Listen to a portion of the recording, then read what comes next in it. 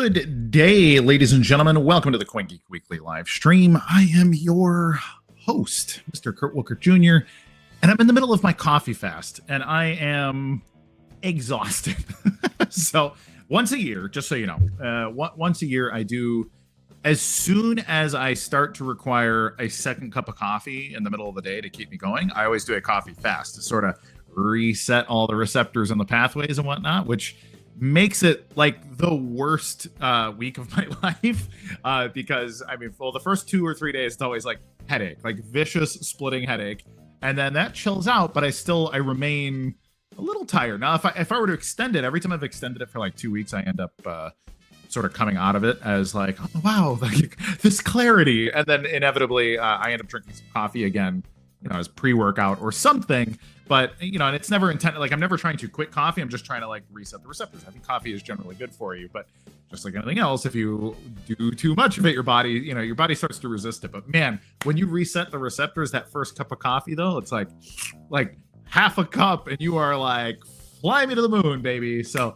I had a little spot. Today was day 6. So I technically cheated on the 1 week, but I was like, you know what, let's fire it up for the show a little bit. And so I had a little I keep cold brew in the fridge that we get, and oh man, had a little cold brew, and I'm like, oh, I'm gonna start sweating, I think. So I'm here, I'm ready to rock and roll, because we are going to have a lively and lovely, I don't know if lovely is the right word, but we are going to have a lively guest today with Mr. I'm gonna call him Senator Jack Pitts. I think he's wearing a blazer with his t-shirt, so he's super fancied for the show.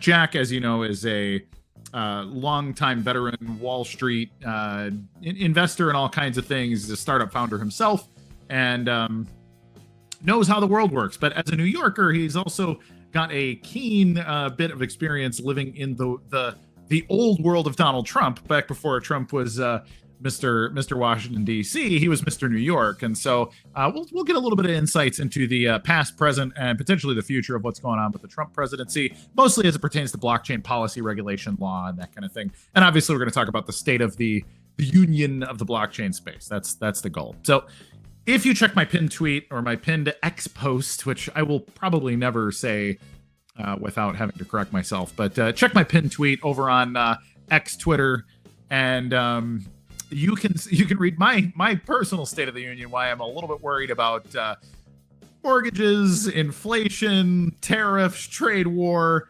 and everything else going on. Frankly, it's a little bit of a, I don't know if mopey is the right word, because it's not exactly negative, but I'm kind of letting everybody know, like, hey man, lots of stuff's looking a little shifty out there. So if you're not feeling dodgy already, maybe my article will make you feel a little more dodgy about the state of the universe. But we're gonna bring Jack in. Jack is similarly, I think, a little bit frustrated with policy and the way a lot of things have gone for the last X amount of time here, and so that should be a fun show. So I want to thank our sponsors right after I remind you to like, subscribe, hit the alert bell, and please comment. Turns out comments are one of the key things that makes all of this work. So the comments let our digital overlords know that you do indeed want to consume my content endlessly. And if you could do that, it really, really helps us out. So please like, subscribe, hit the alert bell, and comment. I feel like I'm looking like I'm getting a little bit of delay. Maybe Mr. Producer, South Florida Mr. Producer man with the mustache. If you could let me know, do I look a little choppy on your end, or am I just look okay? Sounds okay. Do I look okay? Seems like motion blur is I don't know. Maybe it's just a computer thing on my end. So glad I sound okay. That really matters the most. Yeah. So on that, please. Check out our sponsors, Rockwallet. Rockwallet, the only wallet that allows you to both keep self-sovereign custody of your coins. That's your Bitcoin Core, your Bitcoin Cash, your Bitcoin SV, your Ethereum, and your stable coins, including the new money stable coin, which is rocking and rolling over on BSV. You can use Rockwallet. And if you want to do a custodial swap pretty rapidly, Rockwallet really rocks. So you should check out Rockwallet. Thank you for your continued sponsorship of the show. Please get out there and use the Rockwallet, please. It would help us immensely. On top of that, we also have Otherworldly TCG, formerly Coom Battles, formerly Champions TCG, now Otherworldly TCG. Please check them out. The comment of the day will receive a free pack from the Champions team. Sounds like my voice sounds a little digital too. Can you tell that I'm closer to the mic when I do it this way? This is a big no for broadcast, but can you tell that I'm right up against it? Let me know if it's a little better further away or closer up, Mr. Producer, just to make sure we're getting everything. We do sound check live, everybody. This is the CoinGeek Weekly live stream, not pre-planned. Yeah, so we're good. Turns out it's better where it was. So thank you, everybody. I am going to swallow my pride and up my professionalism, cut to a break, and we will be back with one Mr. John Jack Pitts. We'll be right back.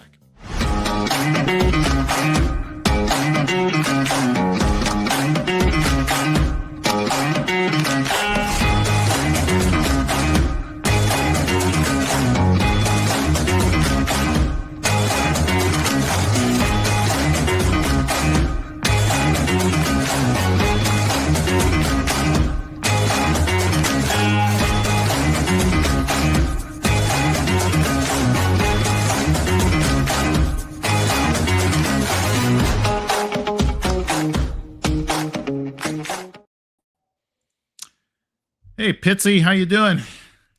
Good. How are you doing? I'm quite well, thank you. Yeah, I'm just getting all into the movement lately. What does that mean? Like Metamucil or? Well, no, movement, man. It's top crypto. There you go. Everybody's getting into all these cryptos. I'm getting into it too. I'm getting into the movement. I'm going to start a new app called Bowel. Cool. Yeah. So, okay, Jack, you and I at this point kind of go way back. I guess for you, you've been around a lot longer than me, so going way back probably means something a little different to you than it does to me. But we've known each other for, I don't know, 4 or 5 years now, worked together on a number of things. You're kind of one of my elder statesmen, people who I pursue for more experience than me on a whole bunch of things. So thank you, first of all, for that. But one of the things I want to talk about is policy, because I find a lot of the stuff going on in Washington, D.C. right now not just concerning, but outright frustrating, and I would say confusing if I was being very, very generous with how I felt about the individuals involved. But I'm starting to feel like this stuff is just plainly crazy after the BitMEX pardon. So seeing these guys, like these guys knew what they were in for. They knew the risks, and they didn't even have that big of a. I mean, these guys were sitting in probation and house arrest, which I think the house arrest part was already over. So they literally are just on probation and had their sentences eliminated because probation was too much. So that I find bonkers. What's your reaction on Arthur Hayes and the BitMEX crew and all of that getting pardoned? It's really frustrating because I think one of the 3 catalysts that can propel this Bitcoin thing forward, and I think Bitcoin is much bigger than AI, which I know is super hot right now, but I still think it's the next big thing. And to see all the proponents of the meme coins and these ridiculous exchanges that swap nonsense around that has no economic or financial value, it's really frustrating. It's very similar to the .com bubble of 1999, where you're just looking at some really cool companies and concepts and thinking, wow, this is life-changing stuff. But then there's like 5,000. Well, that would have been small for today by today's standards, but back then there was like 5,000 internet companies, and they were mainly all terrible. I mean, beyond terrible. Most of them were just outright frauds, because they knew that people would buy .coms, right? They didn't really. I mean, there was like Canadian companies. I remember one called Beach Couch, and I don't know what they made, like an inflatable couch that you could put on the beach, like a blow up, raft. Okay. Sat on it. And they changed their name in like middle of 99 to beachcouch.com. There and you the go. stock went up like 20 times. I think they had something like $30,000 in revenues, and this was it turned into like a $500 million company. I couldn't even imagine. Like imagine you could take Gorilla Pool public and achieve a $500 million valuation. Even if it was for a day, you could probably sell so much shares in that day. Sure. That you could then refinance your own company. Yeah, right. Pump and dump as a business model. So yeah, and so to see all these exchanges like MEXC and the Binance guy is now like going to White House $1 million dinners to help raise money with Justin Sun. I mean, I never thought I'd see a day where Justin Sun he bought a lunch with Warren Buffett, like had to be 9 years ago. It's a good bit ago, but yeah. Yeah, and now we're seeing like that happen again. Like we haven't learned anything in a decade. Like it's really a bummer. It's depressing for sure. Yeah. But the one positive thing I would point to is it's so often that when you reach like the most depressing point where you're just ready to get out and you've been in it for a while and you feel like you've been early. And then when you just see stuff where you're just disgusted and there's really no other decision to make than to just get as far away from it as possible. Yeah. I've seen so many times where that's the point, right? That was the bottom. Yeah. The point where you wish you were getting in like new. Yeah, for sure. So I don't know, but that news is just one of a dozen of things that have happened since last summer that you just can't even believe what you're looking at. Like, sure. Well, I mean, lots of things. So you and I have differed on the Ross Ulbricht part of this. Like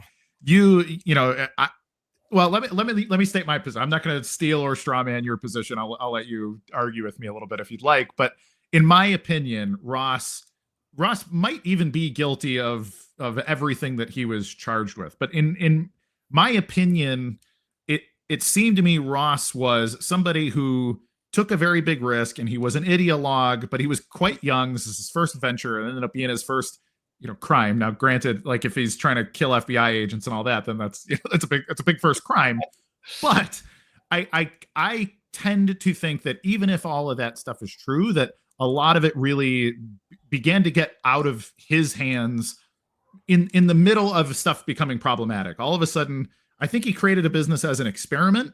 It got very, very big for all the wrong reasons. And instead of being his little protest on some weird corner of the internet, it ended up being the center of a lot of controversy. And I think at that point, I think he just was in over his head and did not have a practical way to wrap it up in a way that could even mitigate the damage.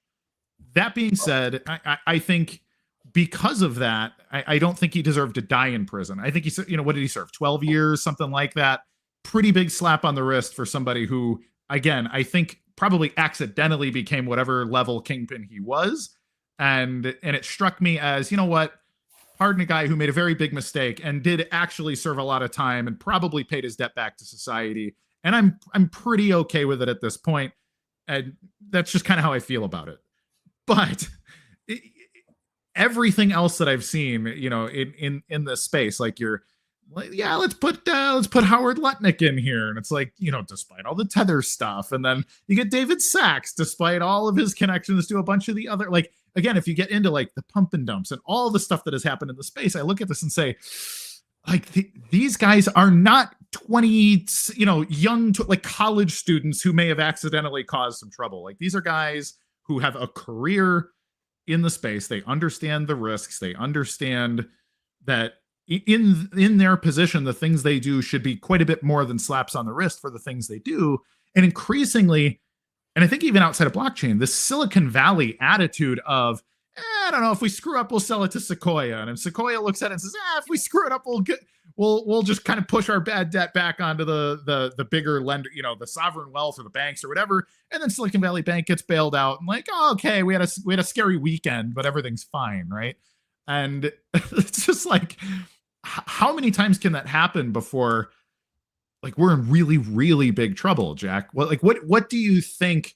I guess it was a lot of things at once. So if you want to address the stuff about Ross, by all means. But what do you think What do you think this starts to look like with sort of the compounding? We're going to keep forgiving corruption as like a matter of policy at this point. What does this look like, 2-3 years down the road? Like, as Donald Trump is looking like, okay, hey, this presidency's almost over. Like, I feel like this is the albatross around his neck is getting bigger and bigger when it comes time for like the next setup for the next election and everything else. Yeah, I think with regards to the new administration, your show and your kind of personality is say something nice, right? So I'm going to say something nice.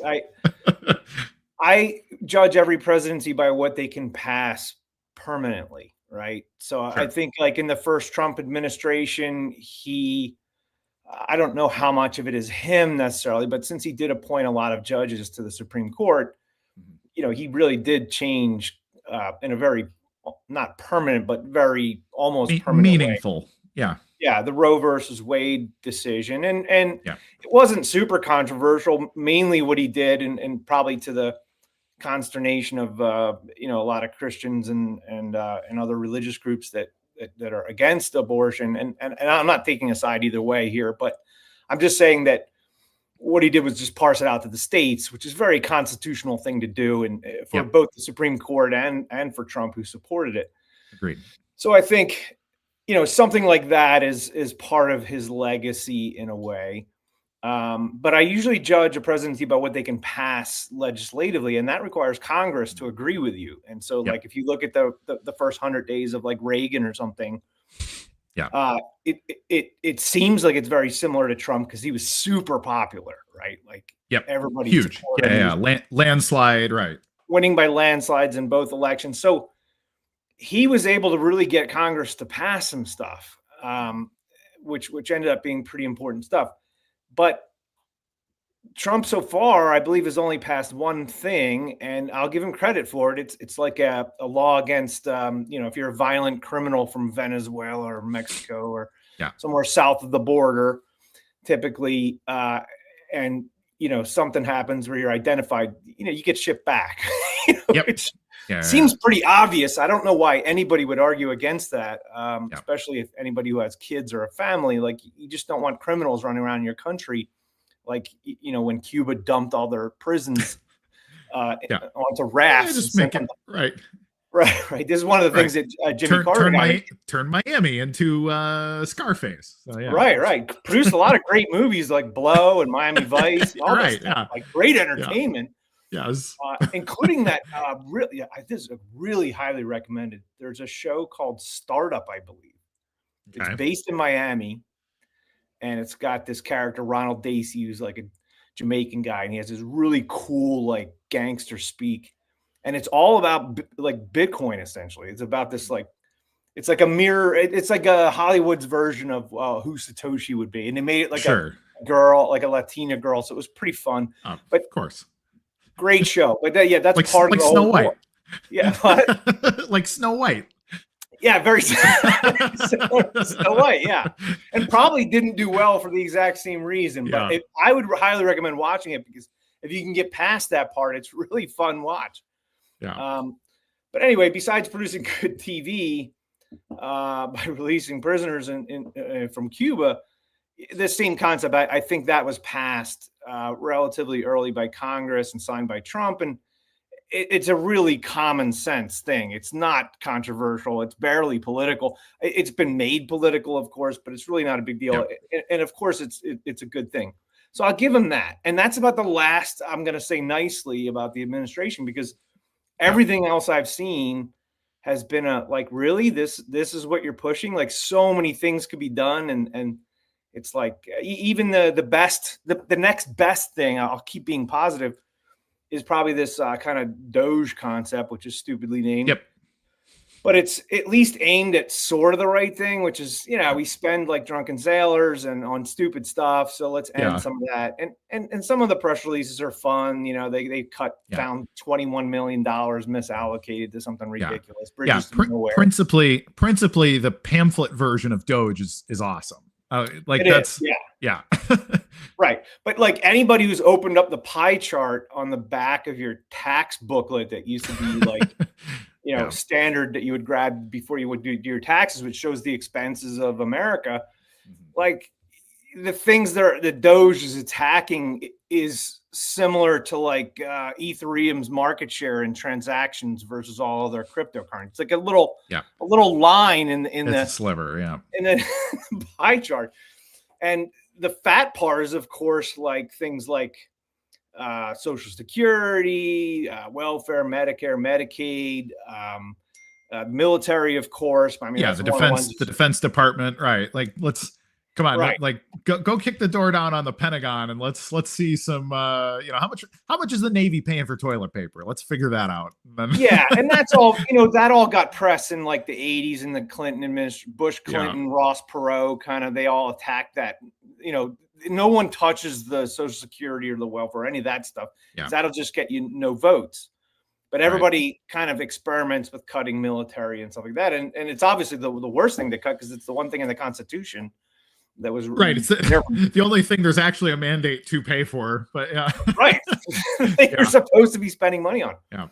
And the funny thing is, even if you look at the Department of Defense spending, the biggest problem is like pensions, right? Like it's not the 25-year-old that's like standing between you and terrorism and like bad countries and nuclear bombs and North Korea and submarines coming over to like destroy Miami in less than 15 seconds if you press the launch button.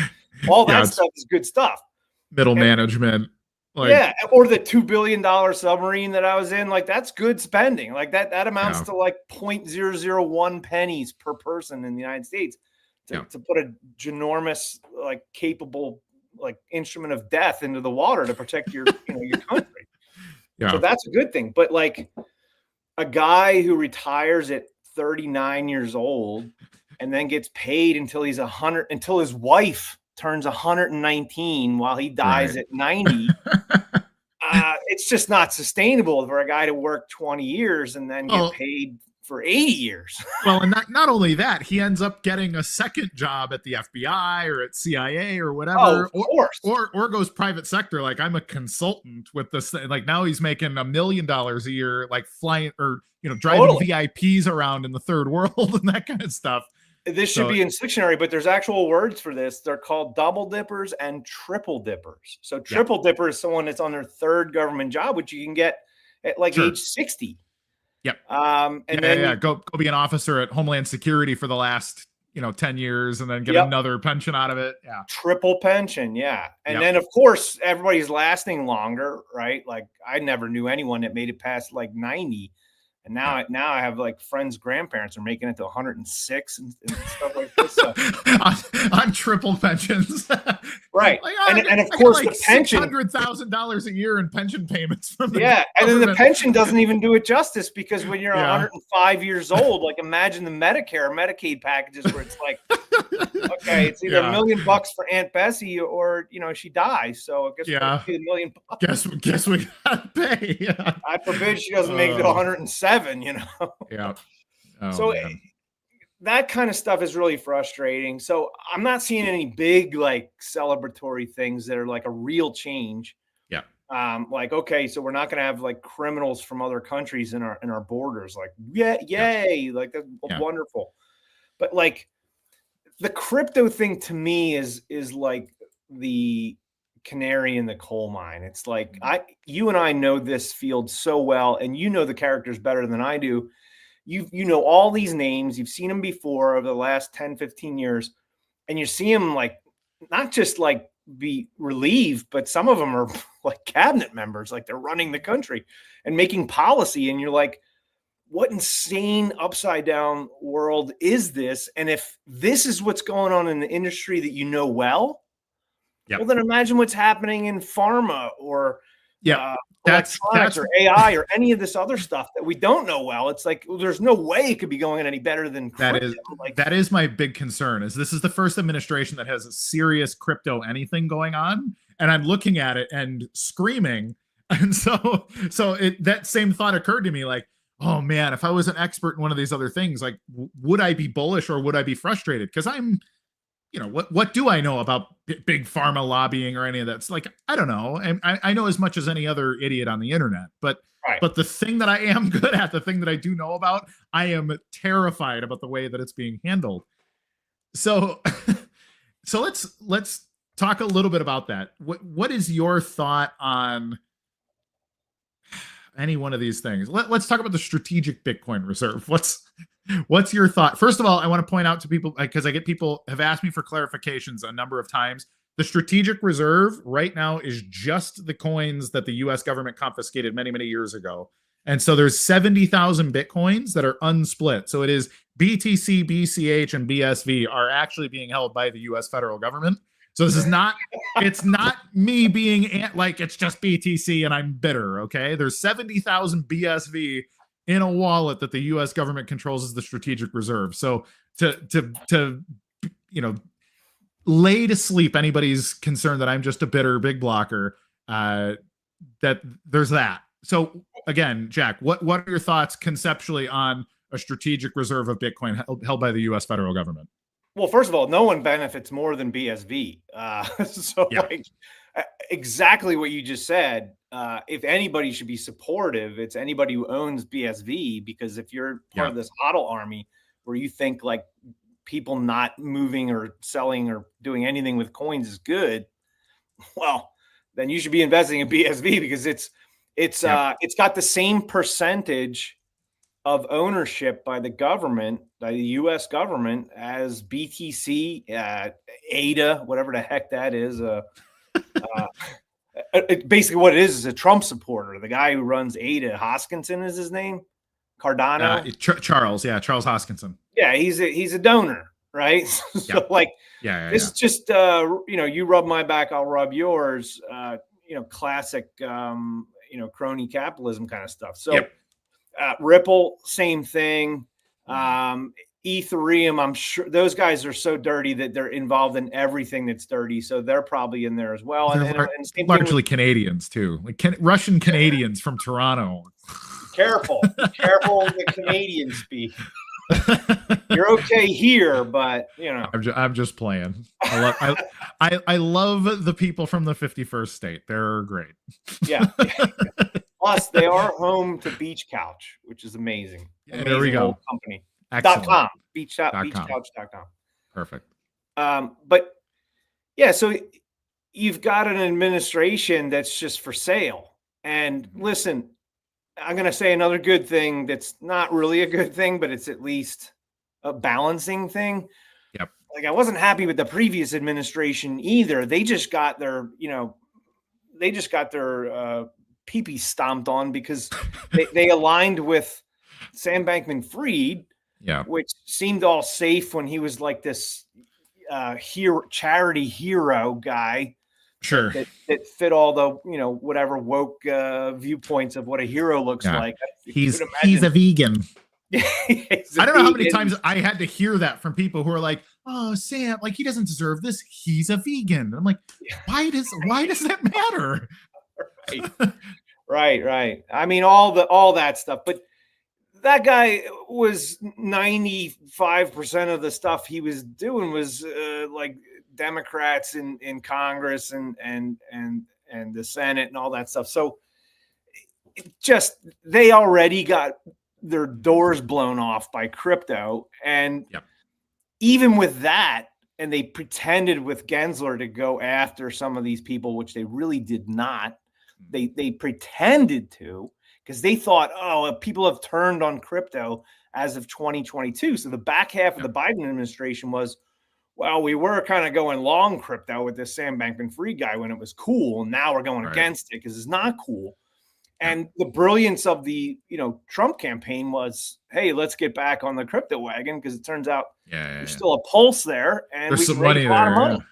Yeah. And so to me, it's just a big political thing. And I don't think, the Trump people that I talk to say like, it's just old man Trump. Like, he doesn't know what he's doing. Like, this crypto stuff is new. And, the one guy said, he was actually a prominent BSVer. He was like, you got to give Trump the same credit you give everyone. Like, everybody gets involved in shit coins when you first get involved in crypto. And I was like, kind of a good point. But I was like, no, I didn't get involved in, in shit coins ever. I bought you're a rare bird, though. What? You're a rare bird in that regard, though. But sure, but like, I've just long ago given up. I'm not like holier than thou. I just have long ago given up on trying to make money trading nonsense, right? I did that in my 20s. Try to ride the grift. Yeah, I hate to say it, but you're all going to learn your lesson too. And when I say that, I'm pointing to you, people who own BTC, Ethereum, ADA, Kronos, and whatever else the Trump administration is pushing this day. You're all going to lose 100%. And when you do, you're going to do the same thing I did, which is never again am I going to like waste my life on Hawk Tua coin and World Liberty Financial and Kronos and Cardano and Ripple and Ethereum and BTC, because it's all nonsense. Yeah. And you're going to wish you had those years back, and you're going to wish that you didn't think you were so smart that you could outsmart like a bubble market, which just is not possible. Yeah. And it's not even really possible to go against the bubble market, which is another life lesson. That's like 2.0 level master. So it was actually my follow-up question is that like we are living in the everything bubble. I mean, it's like everything is overly inflated and everything is nonsense. Nobody even works anymore. So what it is, Kurt? Here's what it is. Yeah. There's this quote from like Ayn Rand that I wish I could find, but someone just posted it the other day and I read it, and it was like, when the good people are punished and the bad sleazy people are rewarded and patted on the back, your country's about to go into revolution or civil war. Sure. This is a Russian. Forget about all the philosophy stuff. If you don't believe in any of it, that's fine. Just consider Ayn Rand a historian that lived through Russia, where her parents were like, this is BS. We're like little small business owners. Let's ship our daughter out of this insanity. Yeah. And that's where she came from. Like, so forget about her philosophy, forget about her books. Just think of her as like, hey, there's a woman, survivor of the revolution. Writing. And she wrote about like these fictional books, but what the fictional books were really about was communist Russia. It's avoiding communism. I think was her. And how do you do it? And the funny thing is that the ending is the only positive ending to the doom books, right? Like you got your George Orwells and your my favorite one is the one with the drug Soma, Brave New World, by Aldous Huxley. And they're all really good at telling you how the world kills itself. Animal Farm. Animal Farm, great book. Actually, Animal Farm is literally about the Russian Revolution. I think Animal Farm might be my favorite of that genre. Brilliant book. But none of them present the solution. The only one that presented the solution is the one everyone hates, which is Ayn Rand. And she just said, oh, well, the solution is everybody just leaves, right? And you go to the new place. Go to another place. Yeah, that's the best. So it's like, we have the examples. Like, when did Einstein leave Germany, right? Like 2 days before they were about to hang him. Right? Sure. For being Jewish or whatever. And where did he ended up? New Jersey, right? He ended up in the new free world, which is the America. And same thing. We're seeing it even in our own industry, right? Like, look at Calvin, look at Craig. Like, they're not in their original countries anymore because their original countries have lost their shit and that they need to go someplace else that they're like bonkers, caters to like producers better. Yeah. Right. So I just think this is what's going to happen. Where the gulches or where we go to, whether it's virtual, whether it's like a Bitcoin world or maybe Second Life kind of thing, Minecraft or one of these game worlds where we just, what's that? The movie that everybody quotes, Ready Player One. That's Ready Player One. Yeah. Who knows, right? Yeah. I mean, have your eyes on what it is so that you can be there like before the last bubbles go out of the Titanic. But like just be aware you don't need to be the first boat off the Titanic. Bad idea, right? So correct. Yeah. I just think we're headed into a solution that is no longer like an administrative solution. Like there is going to be no administration that gets us out of it. The dollar is going to collapse at some time, as is all the other fiat currencies. It's going to be replaced by something, whether it's silver and gold coins or whether it's Bitcoin or something like that makes sense to us, like you and I, which would be Bitcoin. The original Bitcoin protocol fits this bill perfectly, Yep. Whether they use it or not, or whether it takes them 50 years to figure it out, I don't know. Yeah. But we're headed towards this kind of like society is rewarding, like the Joker movie is like a hero. Like, oh, look at the Joker. Like everybody thought he was a bad guy, but really he's just fighting for the little man, you know? But meanwhile, he's killing his mother and like bathing in blood. He's a psychopath, right? But this is what we can view as a hero. And Superman, by the way, I'm dying to find out if this movie is going to be popular because it's coming out in the summer.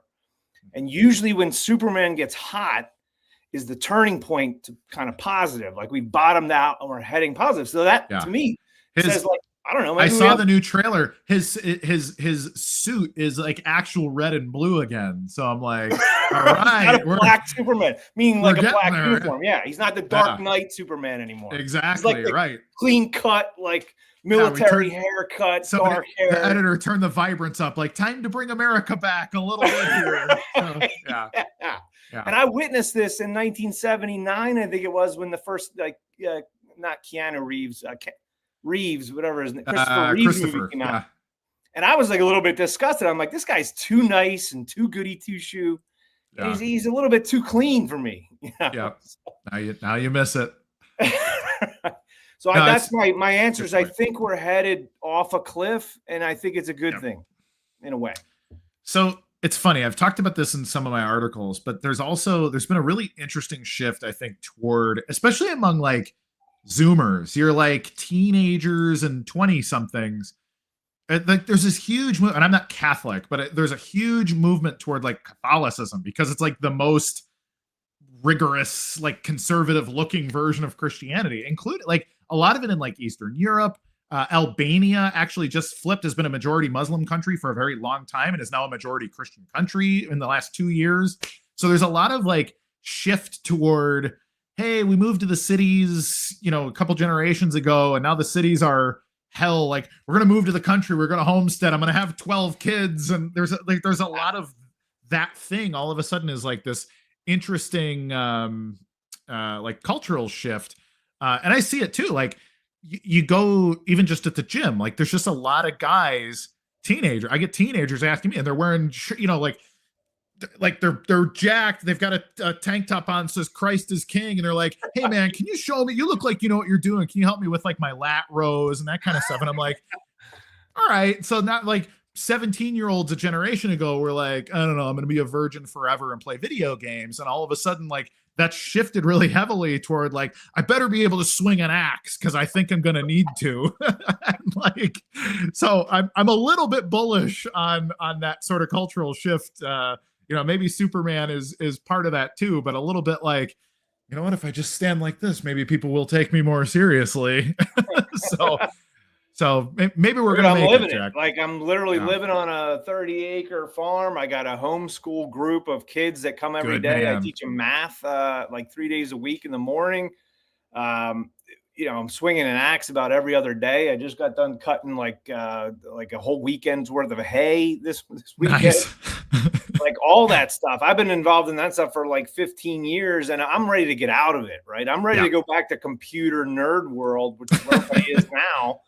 And like everybody else is coming in like, oh, do you know how to make maple syrup like from a tree? And I'm like, yeah, I've been doing that for 15 years, but I'm like really tired of it. Do you want my taps? And do you want my... That's funny. I'm ready to sell that stuff. I don't want to make honey with bees anymore. I just want to buy it at the store. That's super funny. This has been my life all the time. Like I'm too early.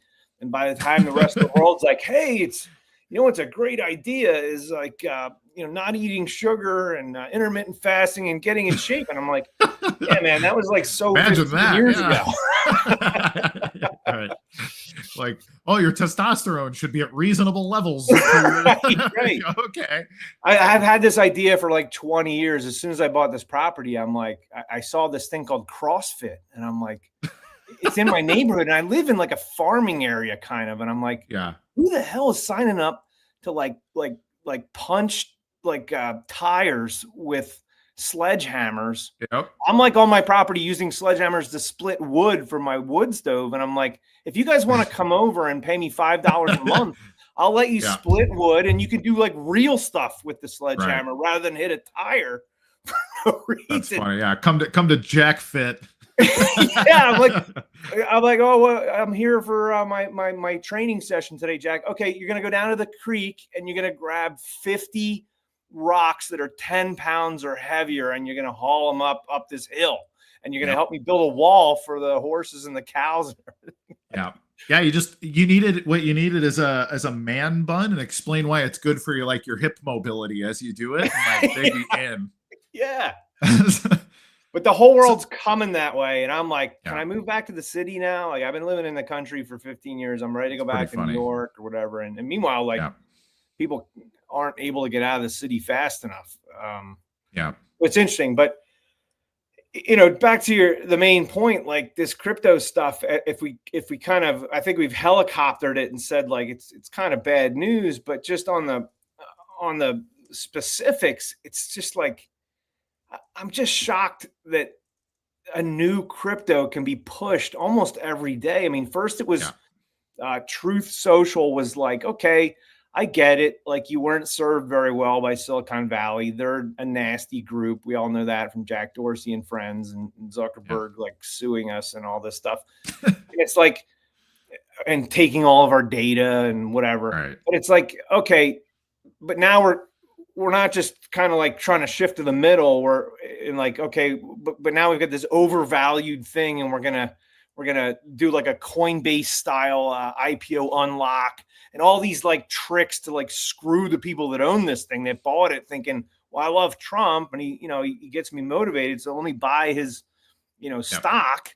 And then meanwhile the stock just craters because the Trump family's in there just selling it off to help finance the campaign. 80% of the supply sitting in Eric Trump's Solana wallet. Yeah. And I'm like, okay, you did that once. No, now we're going to do World Liberty Financial. We're going to sell some shit coin thing that my sons are doing or whatever. And it's like, boom, you're hit again. It's like World Liberty Financial straight down, while they're selling. And then it's like, oh, World Liberty Financial is going to produce like some coins like Melania and TRUMP. And it's like, then those things get sold. And the Trump unlock, first of all, that thing went public at like $75 billion. I mean, Trump, there was a time where Trump really wasn't even really a billionaire. So these are big numbers, even for him. And that thing started off at $75 billion, and they are chomping at the bit to sell that. The first unlocks are like literally now, and then they're like staggered in all year. So that thing, I don't care how hard, Justin Sun and new friend CZ are going to pump that thing. They could probably get the price up. Yeah. I just don't think you want to go anywhere near that stuff, even if you love Trump. Like, it's a disaster. And then it's like, just when you're like getting done buying all the Trump stock and Trump coins, it's like, oh, well, then there's Malay coin. Okay, that one cratered. Yeah. That took like 24 hours to crater. Yeah. And now it's like the strategic Bitcoin, the strategic crypto reserve, and there's like 5 of them in there. Yeah. And the only one that's not mentioned is BSV, by the way. That's hilarious. Right, of course. Buy all of those. So you got to now get yourself some ADA and some Ethereum. And you got to buy them before it happens because it's going to pump and then dump. And then the latest one was like Kronos. Like, I was like, okay, it's finally over. This strategic Bitcoin reserve been talked about for like a year, like during the campaign.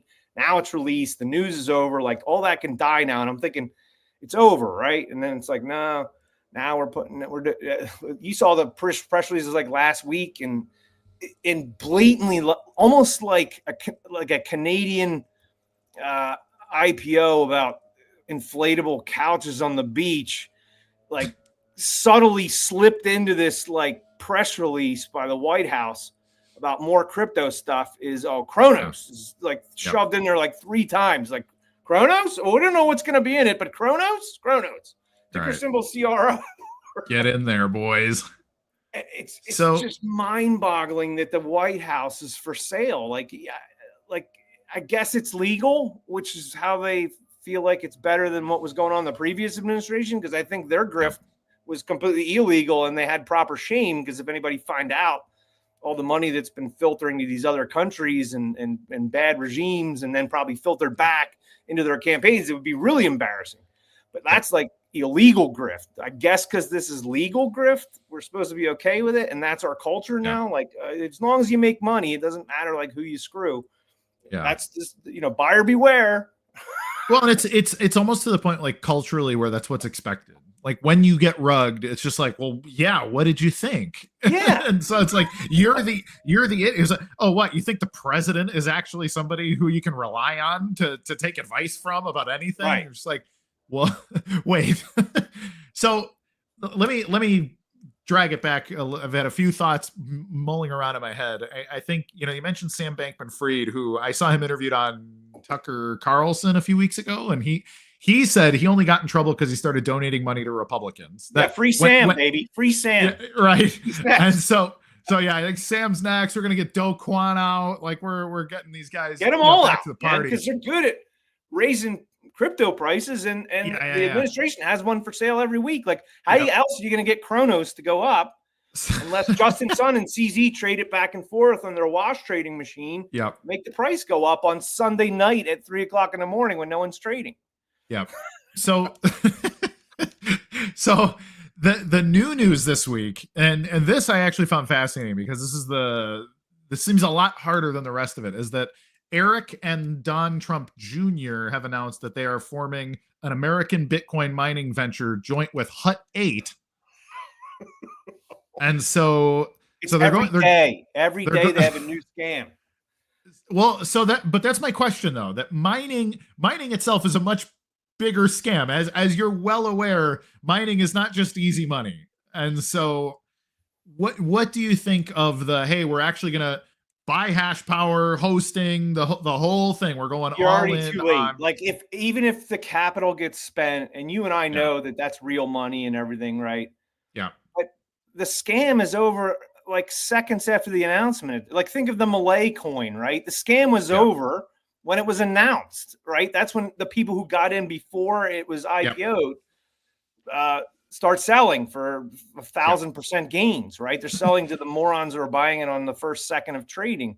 Sure. And so like, that's this Wall Street thing that everybody on Wall Street knows. It doesn't trick us up. Like we rarely fall for these things. Like you don't buy something when the news is good. You buy things when the news is bad. And you're like, no, things are going to turn around. And same thing with the opposite, right? You don't buy, you don't sell when the news is bad. You're looking to buying when the news is bad and think it's going to turn around. So I think that's the nature of who's buying, is basically marks or suckers, and and that's the name of the game. So it doesn't matter whether they buy machines with it after the money's raised. What matters is that they sell the coin or the security up front, make all the money, everybody gets rich, and then it's like, we'll put some stuff into some machines and mine some stuff or whatever. Sure. And by the way, you already know better than I do. They're not going to buy any machines. So all the mining companies are doing is imitating Sailor. So they're just like, no, why would we mine? That's crazy. People lose money mining. Pretend you're a mining company and then raise money and put it in your balance. Buy more corn. Yeah.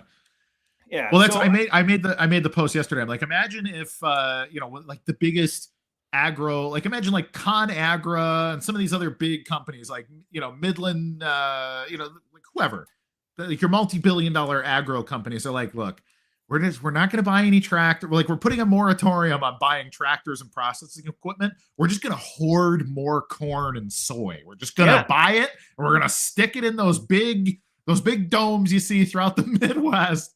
We're not going to. By the way, none of this is new. None of it on Wall Street is new. It's been going on in the gold mining industry since I was a tot. Like it's been going on in the gold mining industry since before home stake mining was a big stock in the 1930s, right? So the trick is like they would all advertise, like when gold would get hot and the stocks would be down and people are looking to own something that doesn't go down in a bad market. All the gold guys are like, check out our reserves, check out how much gold we have in our vaults and everything. It's like, I thought you guys like mined and then sold the gold. That's what you're supposed to be doing. You sell the gold that you've mined and you get cash and then you pay us a dividend. That's how stocks works, right? The dividend is the thing we've been forgetting for 100 years. Yeah, that's kind of what a security does, right? That the stock price is supposed to mirror your yield and the dividend, right? Yeah. And so you knew it was about to end, at some point, because the gold companies started figuring out that like you didn't really even need to store the gold. They're like, oh, well, we're Canadian, so we bought a bunch of land in northern Saskatchewan, which, by the way, is covered in about 9 meters of ice, right? So to even mine that, what's below the ground, would take a Herculean effort. You probably need gold to be like $6,000 an ounce to even make it break even. But they would just put on their like corporate reports. I forget what name they had for it, but like non-reserves that are in the ground reserves. It's like like, we haven't mined any Bitcoin, but theoretically, we're going to mine a lot of Bitcoin. Yeah.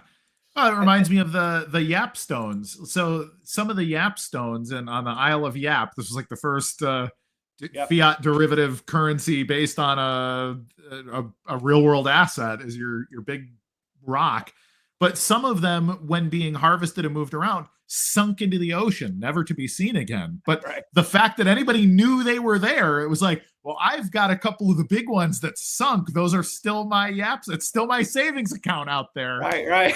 And it's like, wow. Meanwhile, one thing I think people forget about Yap stones is there's really no stone on the island. So like the stones were usually imported on ships. They were, stuff, and like, yes. And so like, what did you do with the Yap stone? Well, you could always break it down and use it as the foundation for your like wigwam hut, because it's raining like 75 inches a day. And so it's nice to have some wood that doesn't touch the ground so that it rots. But anyway, that's just the evolution of money, where it goes from a commodity to a debt, and then it finally becomes fiat, because the goldsmiths, again, have been doing this for thousands of years. They're like, these people are so dumb that they think we have gold in our vault, which is really unsafe because people could steal it. So we just have no gold in our vault. And we just issue all this paper that people think is gold. And then they, somebody knows what the word dollar even means. So it doesn't matter. So, what we do is we issue all this paper that people think is their gold in our vault. And then we take the paper and we buy Ethereum and BTC and movement coin, MOVE. I'm joking, by the way. It's my April Fool's joke. I don't own any Move, and I never will. One of the things that this brings up is that one of the only bright spots in the investment side of the economy. I mean, the S&P 500, all this stuff has underperformed a lot over the like generationally bad over the past several months, but gold, silver, generally precious metals seem like they are doing what Peter Schiff, like, thank you, Mark Cranston. Guys like Peter Schiff have been saying, hey, you Bitcoiners have made 80,000%, but I'm going to have the last laugh when the economy actually collapses. What do you think? What do you think of like the gold? Like, what is that signaling to us when gold and silver are outperforming basically everything at this point? There's some really genius, very wise Israelis from, I think, like 3,000 to 11,000 years ago that wrote about this. And they're like, they would tell this story by their campfires. They're like, there was this master and he was going away to win an election or something for a long time. And he parsed out a bunch of stuff to his trusted lieutenants. And he gave 10 talents to one and 5 talents to the other. Meanwhile, we all, in Christian school, you learn that a talent is like a talent, like you're good at something. But a talent in real life in ancient Israel was a measurement of weight. Weight of measure, a lot of gold, right? Or a lot of silver, or a lot of copper. And so the talents he gives out, and the one guy, of course, the slave number 3, as I call him, or lieutenant number 3, he buries it. And then the guy comes home after 10 years and he's like, how much money did you make? And everybody's making a ton of money except for lieutenant number 3 who hodled it and did nothing with it, because he's like, I was kind of afraid to lose it. So I took no risks with my life. I didn't use my talents at all, like literally and figuratively. Yeah. And that's the moral of the story. Like, you're given this life, go live it and do something like real work, because the real work is the fun, right? It's when you're activated during the day, like when you're most happiest, it's not when like someone tells you that your cryptocurrency went up. That you might celebrate for half a second. And then you're left with this kind of cold feeling like, well, what next? Because, I got to do something else. What else am I going to do with my time? Just sit around and wait for another, price pump? Right. But this is the stuff you're doing that makes you happy. So if you're happy writing, or you're happy podcasting, or you're happy writing software, whatever it is makes you happy. That's the thing, right? It's the work that makes you happy. So I just think, this hodl thing that everybody's so into of let's do nothing and make money. They're not really doing nothing. They're doing something. It's just not the thing that's important to anybody else. It's a very selfish thing. It doesn't help anyone. It's funny because for me, I always thought entrepreneurship, just even conceptually, even if you're bad at it, was always like, that's the actual American dream. That was the thing to me that if I were to really drill it down, it was the freedom to build anything. And that's really what it is. So all your property rights and all the other, the philosophical stuff really came down to the US is a place where you can build anything. And I always found that to be like industry, like to truly be, and this is going to sound a little Ayn Randian, but to be Hank Reardon, that's my favorite superhero is Henry Reardon, and the reason is like that's the actual power to create something that didn't exist before, aside from being God. That's really it, to say, you know what, because of my gumption and my ability to bring in capital and motivate all these people to work together and create this system, like we can create a world that didn't exist before. And entrepreneurship to me has always been that really exciting thing. And I can't find almost anyone today that thinks like that at all. Like everybody I know just wants to accidentally get rich because they picked the right stock, picked the right crypto, whatever, bought a house in the right neighborhood 20 years ago or whatever else. And the dream for everybody is the like, man, I hope I accidentally get rich. It's literally the lotto. Like I want to get rich because I picked the right numbers on my lotto ticket. And culturally, I don't know where that came from. I don't know why that's the case. I don't know if that was always the case and I'm just a weird idealist who was raised on libertarian propaganda and whatever. But but what do you think? Like, is there a catalyst aside from World War III and like, hey, if you don't work, you don't eat, and that's just the world we live in now? Right? Is like, how do we kickstart that cycle of actual entrepreneurship and stuff again? Is there a catalyst? I mean, I think there's always the catalyst. That to me, it's always like, you gotta, no matter what's going on around you in the world, you gotta look for that light at the end of the tunnel. Like you're heading towards the light at all times. And whenever you get distracted, it's because you're like, looking at the bad stuff. And I do it all the time. I'm sure you do it, like where you're, pointing out the flaws in this crypto guy or this guy who doesn't make any sense to you economically, whatever. Yeah. It's hard not to criticize the things the obstacles that are in your way. Mm-hmm. But I think the true joy in life is when you're just headed towards that goal. Like I'm building this thing and people are going to love it. Right. Yeah. And the more time you can spend doing that, the better off you are. And I'm trying to take my own advice, right? Because I can get caught easily. I mean, my whole career is in analyzing other people's stuff. And I've been trying to move away from that for the last 5 years and build stuff myself and not be the critic, be the guy who gets critiqued. Mm-hmm. And I think the beauty of that model is, and I wish somebody would have told me when I was 19, like, hey, just go out and do some actual stuff that matters. Yeah. And then like figure out from there, like how to do it better. Right. I mean, this is what I did in coaching, even like third grade flag football, which I love. But like, I didn't go into it thinking I'm a great coach or I'm a smart guy. I went into it just watching and going, I know I can do better than this guy that's coaching my kid. Like, I know I can. I'm going to make sure they don't fumble by running this drill. I'm going to do this. And it's like, that's how you should live your life. Just like look for things to improve upon, because there's so much to improve upon, whether you're cooking fries at McDonald's or whether you're running Amazon. It doesn't matter. There's always something you can do that will not only improve the world, but it will make the place better for your family, your friends, and maybe people you've never met before. Yep. And you're going to make money. Usually, like, I'm a big believer in Edison, who figured out very early in life, don't work on stuff that doesn't make money. Like, try to spend your time on something you love, but also makes money. Now, I got to take my own advice there too. Like, am I really working on stuff that's making money? Well, that's debatable. That depends on whether my predictive powers are any good and that this whole, Bitcoin thing's going to happen. And I'm not guaranteed there, but I know the upside is bigger the more uncertain it is. And so that to me is kind of the reward. Like, all right, I don't know if I'm going to be right this year or 5 years from now, but eventually people are going to understand this stuff. And maybe I don't even make any money. Maybe it's just my legacy that I left my kids or my grandkids. And they're like, old man, we all saw this Bitcoin thing coming and it didn't work out for him.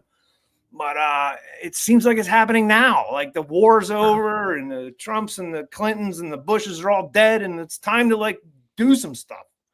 Yeah. And maybe they are the benefits of someone being like a patriarch or having a vision.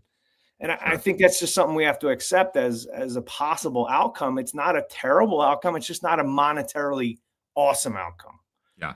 Yeah. Moses only got to see the promised land. He didn't get to go there. If we're going to take biblical references. It's such a great point, because I've always believed in this longest view in the room kind of concept. And it's like, I see companies all the time go into the shitter that have been amazing for 40 years.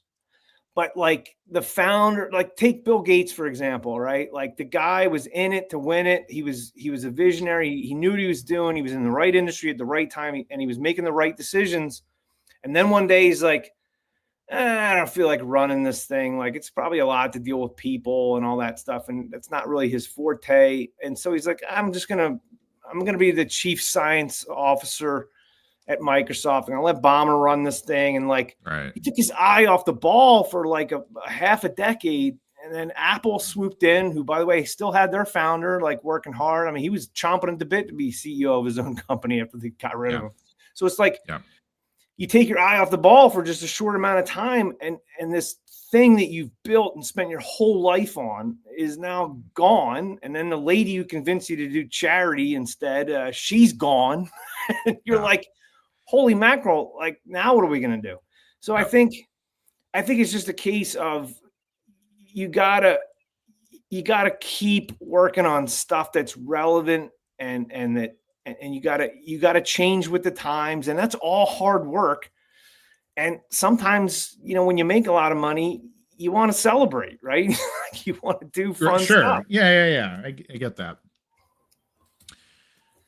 So it's funny when you look at the long tail of thing. I don't know that we actually answered the question about how to reboot and bootstrap an entrepreneur's economy, but I think for me it's just it's almost like the love of the chase, right? It's why do we hunt?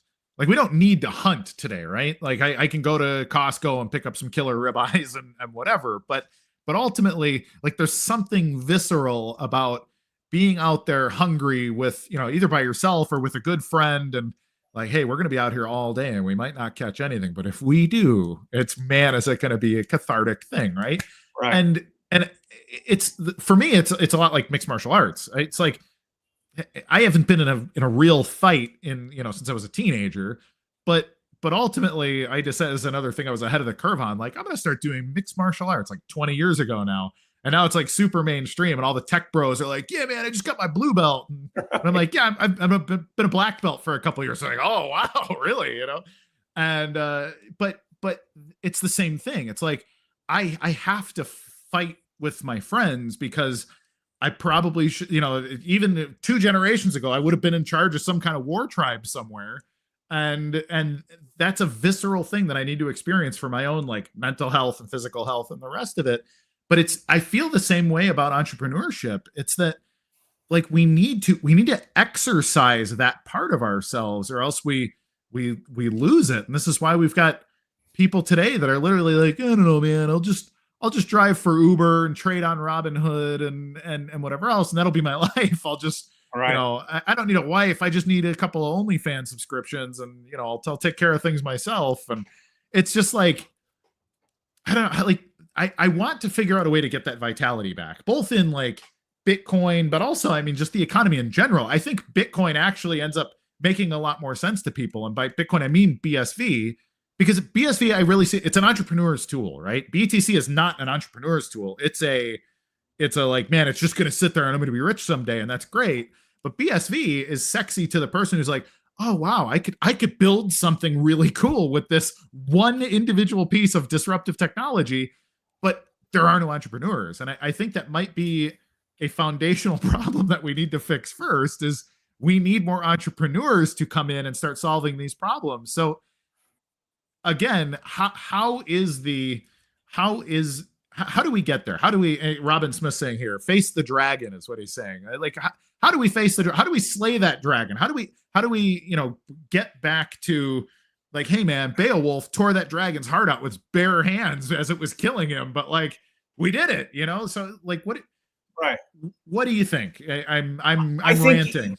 I think you don't even fight the dragon. You do stuff locally to please you first. So make something or do something that pleases you, right? Like, I don't know, that could be anything. It doesn't have to be something in Bitcoin, but like, if you want to make it Bitcoin-y, what I tell people is, okay, so you're not a software developer and you never will be, but you can be like an early adopter user of things that you think are cool. Like, you could be telling me, instead of like telling me what the price is going to do, you could be like, hey, I made a bet on a little bit and this is what I'm doing. Or, that's what I'm good at. I'm really good at sports, and look at this, how cool it is that I can teach my daughter, I can give her a dime, teach her about how to make investments. I mean, investors are poker players and sports book, fanatics and all this stuff. And like, these are very similar concepts. Learning how to invest in another person that you like is very similar to just betting on a sports team that you like, right? Sure. And the money management skills that you need to not go bankrupt doing it in both the sports book and in venture capital or equities is the same skill set. You have to learn money management and how much to allocate here and there. And there's these skills you have to learn. And so you don't really think of a sports book as a place you want to send your child, but I'm sending, once they reach a certain age, I'm sending, and they understand money, I'm sending them there because I can give them a dime and they can make penny bets on something. I know that they can go kablooey, they can blow themselves up 100 times. And what's 100 times a dime? I'm out $10, but they've learned some kind of lesson doing it, right? And they've watched other people performing to find out what makes a great athlete or what makes a great team or a great general manager or what makes a great organization, all these things. And so that's just using Bitcoin. Then there's like developing, which is very hard. I mean, I developed the SLictionary mobile app, and the thing breaks all the time. It's really frustrating. Talk about being appreciative of someone that walks around saying Bitcoin will never change, and that's the good thing. Yeah. It's totally a good thing because everything in software changes and it drives you nuts. Yeah. So that's development. Then there's investment, right? Like you could what BSV or real Bitcoin needs most, or take your favorite crypto coin or whatever, it needs investment, right? It needs like companies that are using it as part of daily life. And that requires vision and a certain skill set. And so there's so many different things you can do that are all kind of please yourself or your neighbor. To me, it's just like business is really simple. If you're in business, your person you're doing business with should also be happy. You should be happy. They should be happy. You build a machine that mines iron and doesn't require, people to die in mines. Well, that makes happy people, right? The person who buys your machine is happy because they're making money like mining iron and they're not killing people in their town and, Kentucky or whatever. You're selling a machine, you're making money. You have employees, they're making money. The economy's thrilled because we're not importing iron from China. Like, everybody's happy. When everybody's happy, you're a good businessman. It's that simple. And to me, stop fighting the dragon of all these bad people, try and ignore them and just hang out with the cool people that are doing the cool stuff. It's right in Ayn Rand's book. It's like the solution is you leave the darkness behind, you go away from Russia or Soviet Union, and you find the capitalists who are doing cool stuff and you join in.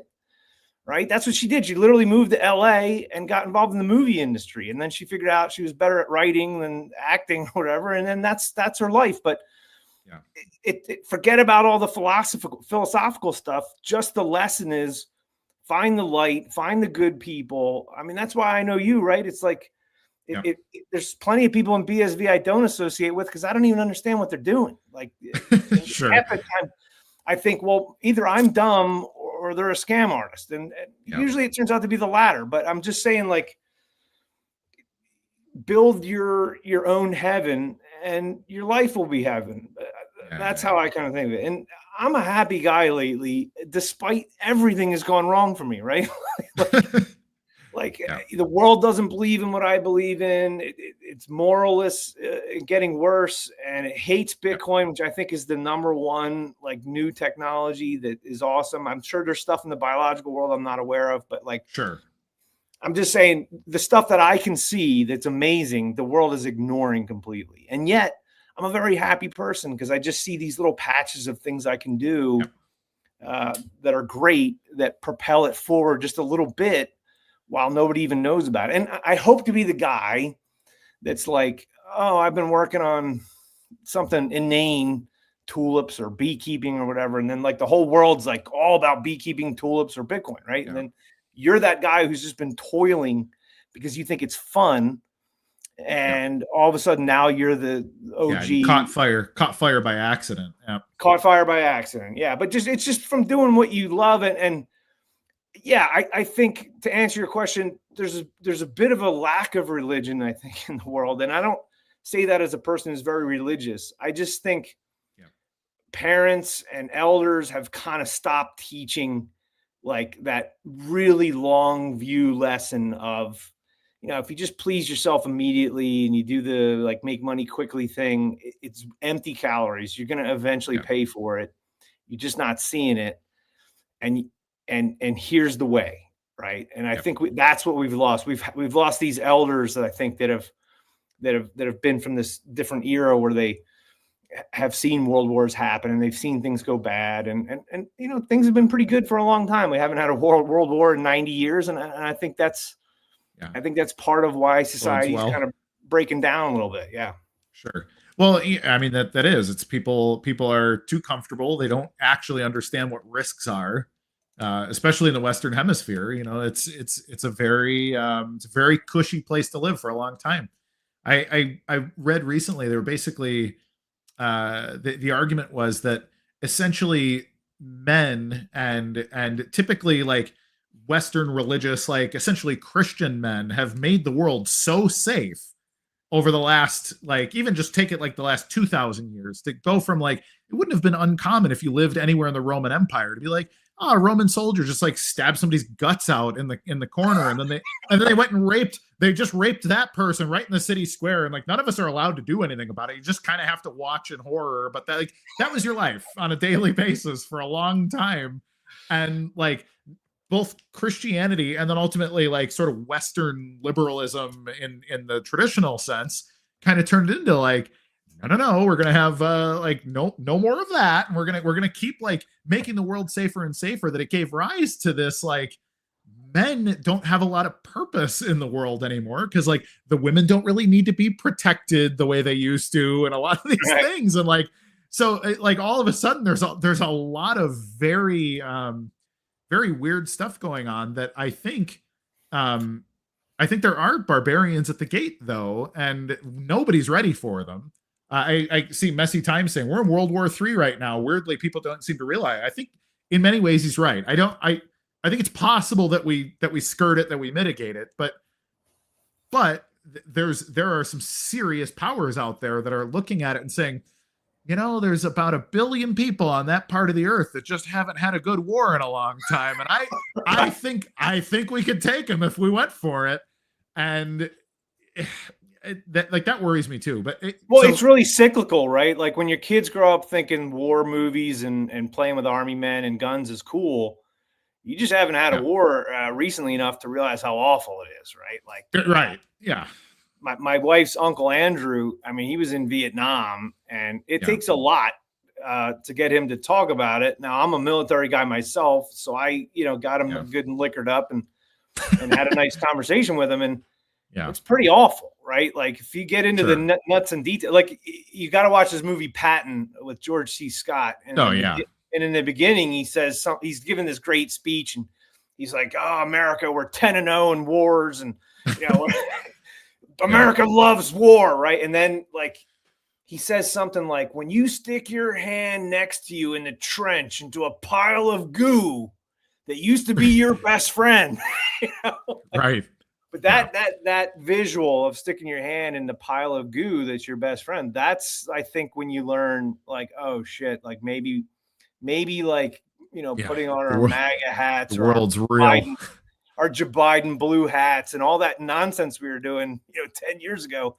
Maybe that was really stupid. What we should have been doing was, voting for the independent candidate or getting the hell out of the United States or whatever. Because like 3 of our 4 sons are dead. And, so it's like you get into this like rhythm or cycle and you don't see the giant, like bad ending or, good ending, but you don't see this thing it's the next step. Yeah. And it causes you to make bad decisions and all that. So I just think it's cyclical. I'm a very, very much a cycle theory guy, and more or less in just a way that, you're going to go too far one way and then you're going to go too far another. And when you're in the middle, you're like, man, I think we've solved everything. Like the Republicans are kind of friendly with the Democrats, and nobody's a Nazi anymore, and there's no racism. Like I felt this way like 15 years ago. It's like racism is eradicated. Right. Yeah. Yeah. I would have guessed the same thing. Spawning in like Ivy League colleges, and you're like, what the hell's going on? Yeah, what happened to 15 years ago when everything was cool? Right. So we're almost 20 minutes over the hour. So I should always just book you for 2 hours because our shows always go long when you're on. But do you want to pick a topic or two that we sort of use to wrap, or do you want to just keep rapping on what's going on? Like I want to make sure that we've covered what's really going on in like crypto policy, Bitcoin stuff. Like what do you think? What are your thoughts? Maybe something hopeful, while we're talking about, accidentally sticking your hand in a pile of goo that used to be your best friend. Yeah. Well, I'll tell you what I'm into. And this is kind of like where I just see things now, right? Like I'm very much in the minority, and I mean in everything, right? It's like you go out to eat and you're looking for this certain type of food. It's almost impossible to find because nobody, really serves you healthy food. And it's like, then you're going to the doctor and he's giving you these crazy solutions. And then you find out later, all you had to do is like eat some tree bark and you would have been fine. Like, there's just, the world's complicated. But there are these like simple pockets of solutions that you can find in everything you do. And it's like, I feel like we're entering this sort of do-it-yourself, like the Adam Smithian concept of you can do one thing and one thing well, and everything else is done for you, which is one of my favorite concepts. It's the whole reason to read Adam Smith is it's called the division of labor, right? And it's such a great concept. I tell my kids this all the time. You only need to be good at one thing, and everything else will come to you. And I feel like even that's a cycle, right? Like there comes a time where you're like, I got to repair my own car because this guy's making like the equivalent of $300,000 a year turning a wrench, and I'm the sucker, right? I feel like I'm the sucker in everything I do. Like everybody gets paid 6 digits to 7 digits to do stuff that used to be menial labor. That the whole reason they didn't charge you a lot of money to repair your car is because every guy in like 1950 knew how to repair his own car. And so it was like, well, if you can charge me cheap enough, I'll let you do it because I don't want to get greasy. Like I'm an accountant now, and you should do it. But like, I feel like we're at this time where you have to take the reins and do stuff that's out of your wheelhouse. So like, that's what I'm doing. I got a new addition to SLictionary. He's a young guy in the Detroit area. I'm calling him I'm getting rid of the C-suite. He's the TAO. He's the active officer of SLictionary and the alive officer. And we're going to make SLictionary alive, meaning it's not going to be so much a platform or a product. It's going to be a community of nerds and geeks that are into words and micro information. And we have a whole strategy, but that's not the point of it. The point of it is it's going to force me. I gotta start coding, right? And like I can code one thing, like iOS, like apps, but I don't do backends and I don't do JavaScript. And SLictionary is mainly a website because Apple has all these restrictions on crypto stuff and all that. Yeah. But I have to learn this field that I don't want to learn. Like I'd rather not do it. But the alternative is it's just you have to go raise too much capital in an environment that it doesn't support it. And so to support the thing that you love and that you want to build and that you're excited about, you just have to get your hands dirty. And I think that's where we're at as a kind of almost a society. Like you have to get your hands dirty and do stuff that you don't want to do, because the people who aren't getting their hands dirty are the ones that are kind of running scams. And it's like, well, I don't want to run a scam. I still want to be a good person while I make money and be a good businessman. And finding good people is incredibly hard because think of it this way. Like if you are good at computer science and you graduate from Stanford, you have like two choices. One, you could like try and design some kind of optical fiber chip or something that, is super hard and might take you 10 years. Or you could just put your name on a crypto paper that says like proof of glassware or something. And if it sounds techno-babbly enough, like what Eamon Gunsirer did or the Russian guy from Solana, you put enough goop in there that doesn't make any sense, but sounds really impressive and can't really be proven wrong. Then you can make billions. And so it's like, you have the resume. So why would you want to do the hard thing? Just go do the easy thing, put your name on something that you can sell, like the next, Trump coin or whatever, or the next Joe Biden coin. And that's all you got to do to make a crap ton of money. And that choice is there currently. And it's like empty calorie choice or like long-term hard life fulfilling, everybody loves me choice. Because I made a product that people are going to actually care about long-term. Right. And so I just think that's what I'm trying to do. And, in my own little tiny world, I'm just trying to please randos who think, playing with words is cool. So, on the one hand, I love Bitcoin and BSV and all that stuff. But on the other hand, I'm moving towards kind of away from it because it's not this easy sort of following seas or tailwind that I was kind of hoping for to make life easier for me. But, that can happen. And I think in certain conditions, it could have happened. But it didn't. And so you gotta batten down the hatchets, tighten up the wallet, get your hands dirty, roll up the sleeves, and do stuff that you probably maybe don't love all the time, but you do it for the love of the end game. Yeah. Well, no, I think that's really good advice. That, ultimately your business idea, SLictionary, I've always thought is, it's super niche, but it's such a cool idea. And it's, for generations, there wasn't a house in the Western Hemisphere that didn't have dictionaries and encyclopedias because you just needed that information. Now that information has moved largely to Wikipedia and some of these other things, but they're trash bins of information because of the incentives there. And so I've always thought your business idea is a cool idea, but you're right in that it needs that underlying piece of infrastructure to really work right. And that part has been the difficult part, or at least one of the difficult parts. As if, building the business isn't hard enough. It's building the business, and the economy that it's tacked onto is also problematic. But yeah, I mean, like you look at Jeff Bezos, who like in whatever it was, 1995, left his cushy like Jane Street job or wherever he was on Wall Street. He was making a plenty good sum.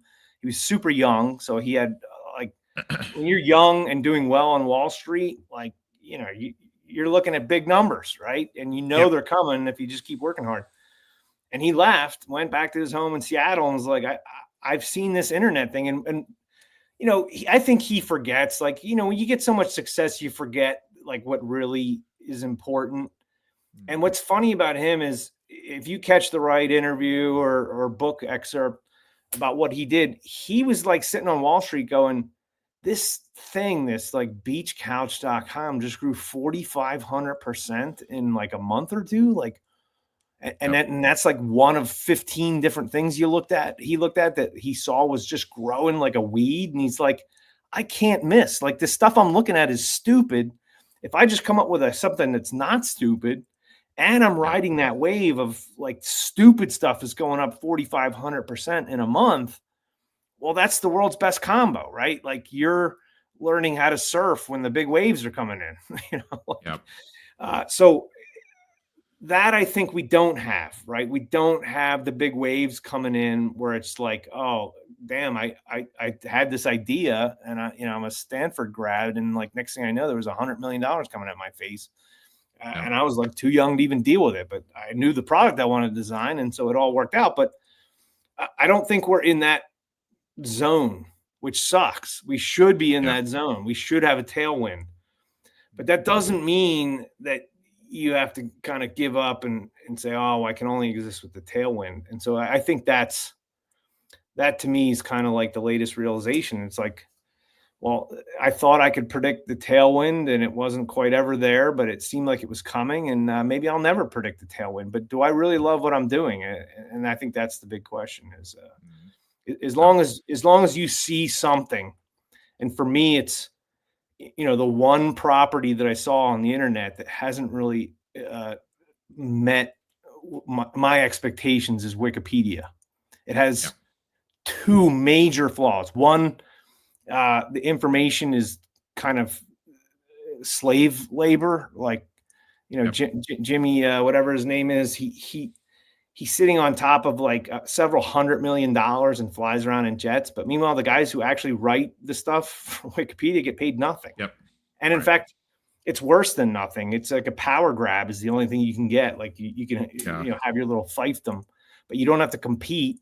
So it's like very much like Reddit. Like, we all know the flaws of Reddit is that once a guy takes over something, like even if it's the, you know, BSV Reddit, he could hate BSV, right? And it's like, why are you running a BSV Reddit when you hate BSV? It doesn't make any sense. And that's very similar to Wikipedia. And so it needs competition, and the people who do the work should be paid. And, you know, it's nice that it has no ads, but there's this annoying, like, oh, we need your money. I pay me. You know, see you reading our content, but you really need to like contribute. And it's like, why do I need to contribute? I can see your balance sheet, Jimmy. It's got $250 million in it, and you're donating to all this like DEI weird stuff that doesn't make any sense or have anything to do with the Wikimedia Foundation. And it's like, and by the way, your history is you started off as a porn site, like literally. That's what I was going to say. I wasn't sure if you knew that. No, but I was going to say, you know, Jimmy was a pornographer from Chicago before any of this happened, right? Right. So it's like, what are we dealing with here? And it's black and white. It, like, remember Craigslist? I just sat there looking at Craigslist for 20 years. Like, how can this still be the thing that people are using? They haven't even combined the mapping technology with where you're buying that. Like, how stupid is this site? And eventually we got rid of Craigslist. Mainly people use other things now, but I think we're still dealing with this 1999 era relic called Wikipedia, and everybody can see what the problem is, and nobody has the solution. And to me, that really floats my boat, because you know, to me, it's just like, I see the end game and I know what's going to work. It's just a matter of, okay, I got to navigate here, there, around this obstacle. And like, okay, there's no tailwind in this Bitcoin thing. Like, I thought I could use that, but not really. It's like, you're just navigating and bobbing and weaving to create this amazing thing that blows people's minds and is a great thing for the world, where you can look up a word and get competitive definitions that are good and done by really smart people who know what they're talking about instead of some English professor. So I'm really excited about it, but the road is tough. I'm not going to lie. Yeah, for sure. Any final words? Let's wrap. It's always really good to have you on. I really appreciate having you on and getting your insights, but you want the last 2 minutes here for anything specific? No, I think we've kind of covered it all. I would say, what's new in your world? Tell us what the next exciting thing is about Gorilla Pool. Something you don't get to do very often. Somebody should ask you a question. That's true. Thank you, Jack. Honestly, we're pumped about the Terranode stuff. I know people were, grumpy about, hey, wait, wasn't supposed to be open source and blah blah blah, and like. I think the Terranode era is super exciting. It is, on the cusp. It's right there. And just the tooling in general. Like we want to fade into the background the way that people don't really think about, being a customer of Comcast or Verizon or whatever. But everybody is the Comcast of their local telecom company because they need to connect to the internet. And that's how I see the business. Like the business right now is exciting. It's memeable. I love the apes and the bananas and all of our nonsense, but ultimately, in 20 years, I want to have 1 billion customers that don't even really know who we are or exactly how they're being served by us, but they're connected to us in order to get connected to everything else that they're doing with their lives. And those are the building blocks that we're putting together now every day. Like people ask me all the time, like, hey, is Gorilla Pool still a thing? And I'm like, and I am working on Gorilla Pool every day of my life, and we have a significantly sized team too. We're not just me and anybody. There's a few guys that are working basically full time and really trying to do cool stuff, like constantly trying to rebuild the stack, make sure that stuff is operating properly. Like just even from a hardware standpoint, it's funny. I've seen critics saying recently, like, is Gorilla Pool trying to hold back Terranode deployment because Gorilla Pool's not ready to go because they're not a server farm, and it's like we run in world-class data centers, and the stuff that like we have custom coded node implementation stuff, we've contributed to Terranode in a couple of significant ways, and the stuff that we're building, like we're on like version 5 of Jungle Bus right now, and version 6 coming soon, in order to make sure that we stay like, hey, like, let's make the code more efficient. Let's make it connect to the network more efficiently. Let's make sure it's more modular. Let's make sure it can do all these other things. And like, that's what we're working on. And we're super proud of it. And like lots of the stuff that's actually happening in the ecosystem, people are using Gorilla Pool's ARC implementation. They're using Gorilla Pool's indexers for their businesses and stuff. And a lot of that stuff wouldn't exist if we weren't there. So I love it when people are like criticizing what you say about certain topics and they're like super critical. They're in BS, like they're big BSV supporters, supposedly. Maybe they're next Christian Auger Hansen. I don't know. There you go. Yeah.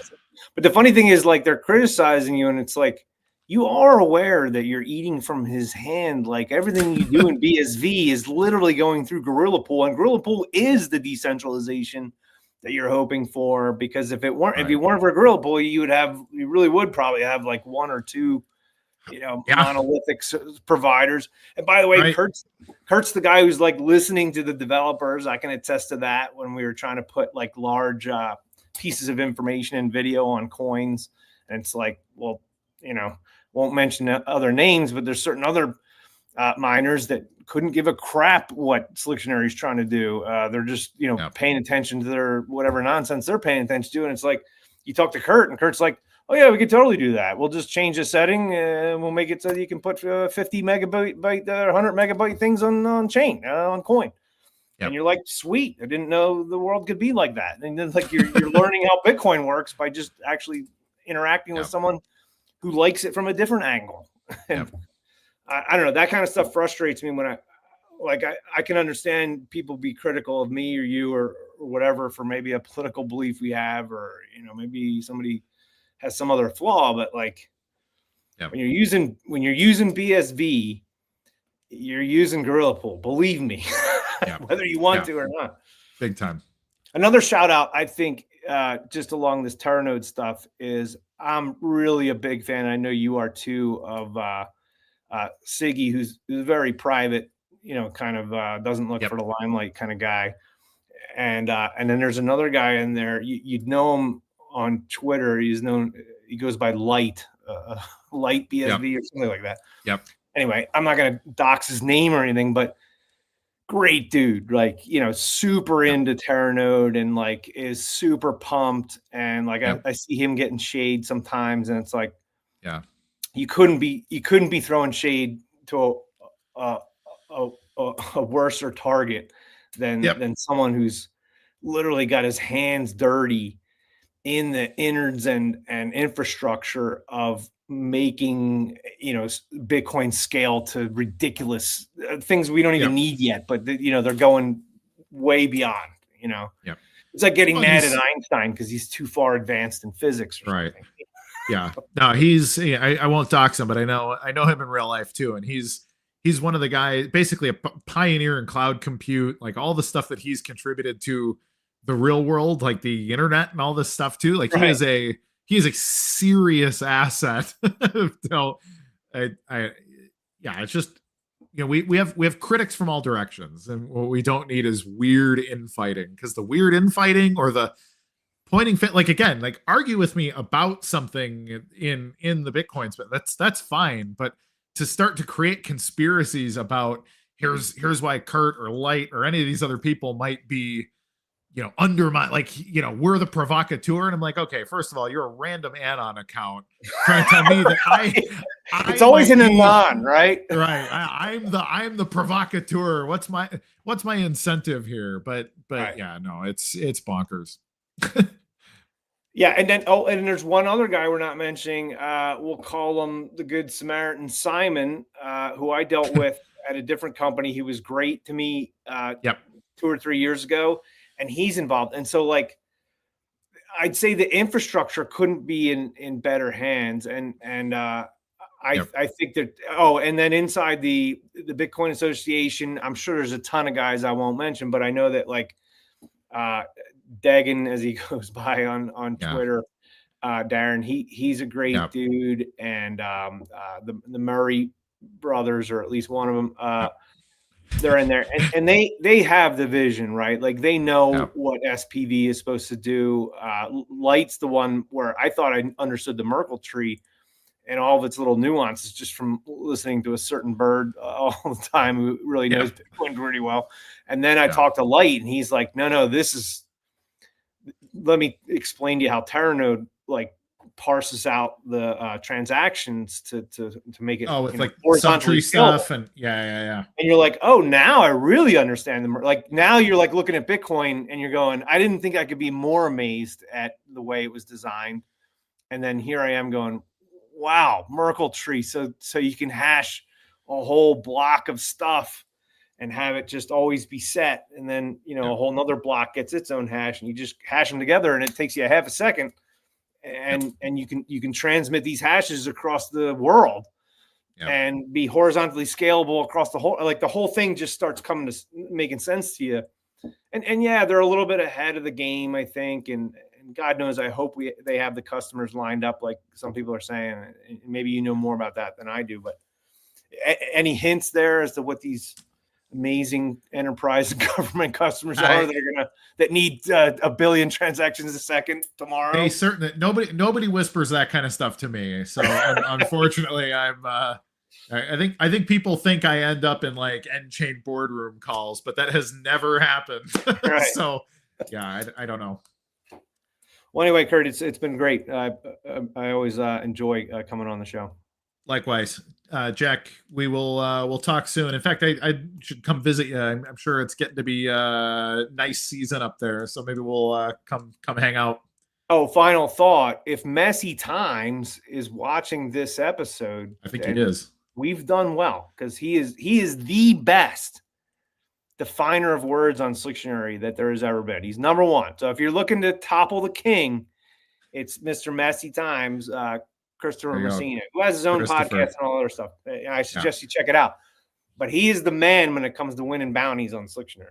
He is. The guy's a mercenary. So, all right, Pitts, we'll talk soon. Later. Take care. All right, everybody. That was Mr. Jack Pitts, and I think every time he's been on the show, we've gone well over the hour, and we're not quite at 2 this time. But yeah, no, it's good stuff. Christopher is indeed still watching, so glad he got the shout out that he deserves. And Christopher's good people too. You should tune into the Messy Times and pay attention to what he's doing, because when we're talking about like global politics and that kind of stuff, he's he's ahead of that curve. So pay attention. And everybody, again, thank you for joining us. Thank you for your viewership and your subscriptions and all of that stuff. Really does mean the world to me. Like I'm here because this is my passion, much like Jack was saying. Find something you're passionate about, put the work into it, and if the world comes to you, then great. So you're my world. You're the people that I'm trying to get to come my direction, and I really appreciate you. So tell your friends, tell them that they should like, subscribe, hit the alert bell, and please comment. If you can comment under the video on X and YouTube, that's really helpful for us, and would really mean the world to me. So I will talk to you soon. Remember to be good to each other, everybody, because if we can't be good to each other, none of the rest of this crap's going to work anyways. And yeah, we will see you next week. In the meantime, there will be the BSV Hackathon happening in Austin. We are sending a team. Gorilla Pool will be sending a team to compete, and it's going to be a good time. And I will see you folks soon. I'm Kurt Wuckert Jr. saying goodbye. Goodbye.